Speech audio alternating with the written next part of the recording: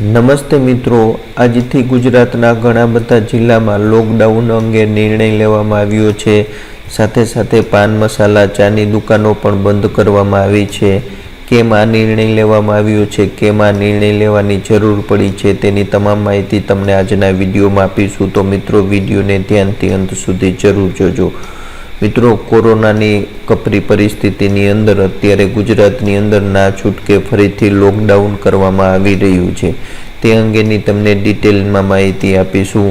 મિત્રો, વિડીયોની શરૂઆત કરીએ પહેલાં તમે આ ચેનલ ઉપર નવા હોય તો ખાસ ચેનલને સબસ્ક્રાઈબ કરી લેજો, સાથે સાથે વિડીયોને લાઇક શેર જરૂર કરજો। તો મિત્રો, ચાલો આપણે આજના વિડીયોની શરૂઆત કરી। મિત્રો, કોરોના કેસની સંખ્યા તારીખ 6 જુલાઈના રોજ જોઈએ તો તમે જોઈ શકો છો ગુજરાતમાં કુલ કેસ 36,037 છે। તેમાં આજની તારીખની અંદર એટલે કે 6 જુલાઈની રોજ જોઈએ તો 725 કેસનો વધારો થયો છે, જે રેકોર્ડ વધારો છે। છેલ્લા 2 દિવસની અંદર ગુજરાતમાં 700+ કેસ આવી રહ્યા છે। પહેલાં 500 આવી રહ્યા હતા 10-12 દિવસ પહેલાં, ત્યારબાદ 600 ને હવે 700 સંખ્યામાં કેસમાં વધારો થયેલો છે। હવે સાજા થયેલા જોઈએ તો 486 છે। આજના મૃતક 18 છે। હવે એવી જ રીતે ભારતની અંદર જોઈએ તો 24,248 આજના કેસ છે। એટલે ગુજરાત તેમજ ભારતની અંદર અનલોક 1 આવવાના કારણે ધીમે ધીમે કેસીસની અંદર વધારો થવામાં જઈ રહ્યો છે। તેના પરિણામે ઘણા બધા જિલ્લામાં જ્યાં કેસની સંખ્યા અચાનક વધી છે તેવા જિલ્લાની અંદર સ્વૈચ્છિક લોકડાઉન આવી રહ્યું છે, તેની માહિતી તમને આપીશું। તો મિત્રો, ખાસ હજી તમને વિનંતી કરવામાં આવે છે કે જરૂર પૂરતું જ બહાર નીકળો। બાકી ખાસ મોટી ઉંમરના વ્યક્તિ, જે 50થી વધુ ઉંમરના વ્યક્તિ છે તેમજ બાળકો છે, તેમણે ખાસ ઘરે જ રહેવું, કામ સિવાય બહાર જવાનું ટાળો। હવે જોઈએ કે કયા કયા જિલ્લામાં ગુજરાતમાં આજથી લોકડાઉન લાગુ કરવામાં આવી રહ્યું છે। જોઈએ તો રાજકોટમાં આજથી 8 દિવસ માટે આંશિક લોકડાઉન લાગુ રહેશે।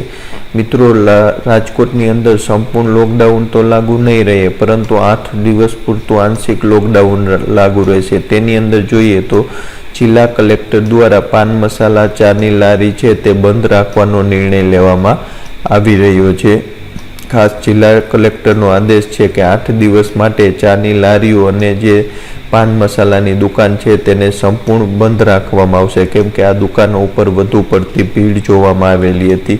તેમજ છેલ્લા ઘણા દિવસથી રાજકોટની અંદર 10, 12, 15થી 20 કેસ સુધી આવી રહ્યા છે। તેના પરિણામે જિલ્લા કલેક્ટર દ્વારા નિર્ણય લેવામાં આવ્યો છે। આ નિર્ણય છે તે પૂરા રાજકોટ જિલ્લાની અંદર લાગુ પડશે, એટલે કે ગ્રામ્ય વિસ્તારને ખાસ કરીને ધોરાજીની અંદર વધુ લાગુ રહેશે। ત્યાં પણ ઘણા બધા કેસીસ જોવા મળેલા છે। અન્ય દુકાનોનો સમયની અંદર પણ ફેરફાર કરવામાં આવ્યો છે। સવારે 7થી લઈ બપોરના 4 વાગ્યા સુધી જ ખોલી શકાશે। આ રાજકોટ જિલ્લાની મિત્રો વાત કરી છે, કેમ કે કલેક્ટર દ્વારા આ અંગે નિર્ણય લેવામાં આવ્યો છે। તો આવા નિર્ણય જો અન્ય જિલ્લાની અંદરમાં કેસીસમાં પણ વધારો થશે તો બીજા જિલ્લાની અંદર પણ આવા નિર્ણય સમયાંતરે લેવામાં આવશે, કેમ કે સરકારે જે તે કલેક્ટરને છૂટ આપી છે કે તે પોતાના વિસ્તારની અંદર જો કન્ટેનમેન્ટ ઝોનમાં કે તેમજ પોતાના વિસ્તારમાં કેસીસની સંખ્યા વધુ આવશે તો તે કડક લોકડાઉન લગાવી શકે છે। હવે બીજા જિલ્લાની વાત કરી તો ગુજરાતના ઘણા બધા બીજા જિલ્લા, ખાસ કરીને સુરત, ભાવનગર, મોરબીમાં અલગ અલગ એસોસિએશન દ્વારા દુકાનો, વેપારી સંગઠનો દ્વારા સ્વૈચ્છિક લોકડાઉન લાગુ કરવામાં આવી રહ્યું છે। સુરતની અંદર પણ દિન પ્રતિદિન ઘણા બધા કેસીસનો વધારો થતો જાય છે। તેવી જ રીતે ભાવનગર અને મોરબીમાં પણ વાત કરી તો અલગ અલગ એસોસિએશન દ્વારા દુકાનોનો ખોલવાનો સમય છે તેમાં ફેરફાર કરવામાં આવી રહ્યો છે। મોરબીની અંદર ઘણા બધા દુકાનોનો સમય છે તે સવારે 9થી લઈ 3 વાગ્યા સુધીનો કરવામાં આવ્યો છે। એટલે આ રીતે જે જિલ્લામાં કેસની સંખ્યામાં વધારો થતો જાય છે તે જિલ્લામાં સંગઠન, વેપારી તેમજ જિલ્લા કલેક્ટર દ્વારા આંશિક લોકડાઉન લગાવવામાં આવી રહ્યું છે, કેમ કે આપને ખબર જ છે કોરોના ઉપર વિજય મેળવવા માટે ખાસ કરીને જેટલું આપણે બહાર જવાનું ટાળશે તેટલું જ આપણા માટે તેમજ આપણા પરિવાર માટે ફાયદારૂપ થશે। તો મિત્રો, આ ગુજરાતની અંદર આજથી ઘણા બધા જિલ્લાની અંદર આંશિક લોકડાઉન લગાવવામાં આવી રહ્યું છે, તેની માહિતી તમને આજના વિડીયોમાં આપી છે। જો આ વિડીયો ગમ્યો હોય તો ખાસ વિડીયોને લાઇક કરજો, સાથે સાથે વિડીયોને શેર કરજો। જય જવાન, જય કિસાન, જય હિન્દ।